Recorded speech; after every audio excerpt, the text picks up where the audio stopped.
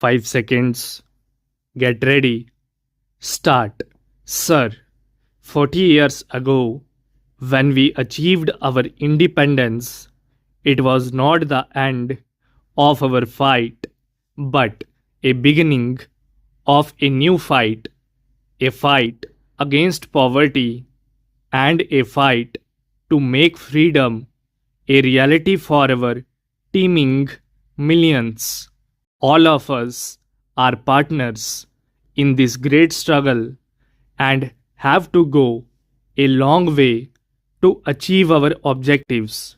We have to ensure a better life for our children and find more jobs for our young men. During the last 50 years, we have covered a long journey, a journey not of comforts alone, but of many hardships, difficulties, and dangers. But as you know, we are today stronger than ever before. We are more resolute and united, and our democratic institutions have taken deeper roots. However, we have to see that the pace of our progress is accelerated and we fulfill our pledges. As you know, we have made some progress and have a number of achievements to our credit. But I regret to say that there are some people in our country who even question these achievements. There is a mighty upsurge in India today, and we all should try to gear ourselves to meet the challenges before us. We should strive for unity and strength to achieve our objectives. Any temporary difficulty or our failure to do things should not lead us to believe that there has been no progress. We do make mistakes sometimes, but these cannot nullify our achievements.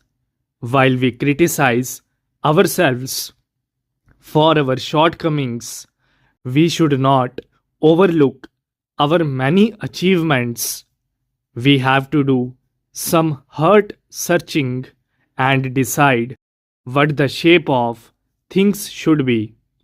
Almost every year, as you know, we face droughts in some parts of the country and floods in others.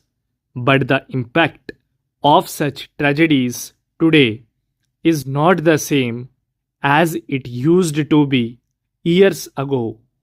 Previously, whenever there was drought in rural areas, there was hardly any assistance from outside. But things are quite different now.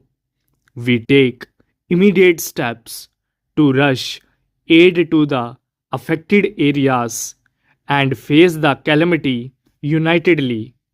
We cannot prevent the vagaries of nature, but we can always face them unitedly. A significant development we see is the increasing self reliance among our people and a belief that they alone are the masters of their destiny. This is our greatest asset and a source of our real strength. As you know, we have made considerable progress in the fields of agriculture and industry. 55 years ago, when we become free, our condition was really bad and we were full of anxiety. We were faced with so many problems and it looked as if we would not be able to preserve our independence. But these people were proved wrong. We were successful in solving our problems one by one, and during these years made significant progress in every walk of life. and improved our performance in industrial and agricultural fields. Food production in the country increased. A large number of new factories have come up, and again, all the critical and complex problems were solved one by one.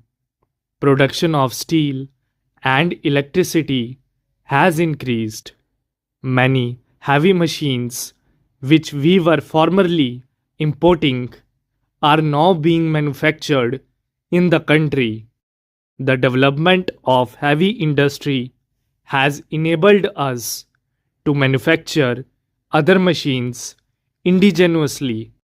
It is true that our production is largely due to rapid increase in our population. So, we are always faced with the problem of how to meet the demand, which is increasing day by day. Some people do not see things in proper perspective and try to belittle the achievements. Such persons who close their eyes to the realities are no friends of the pupil.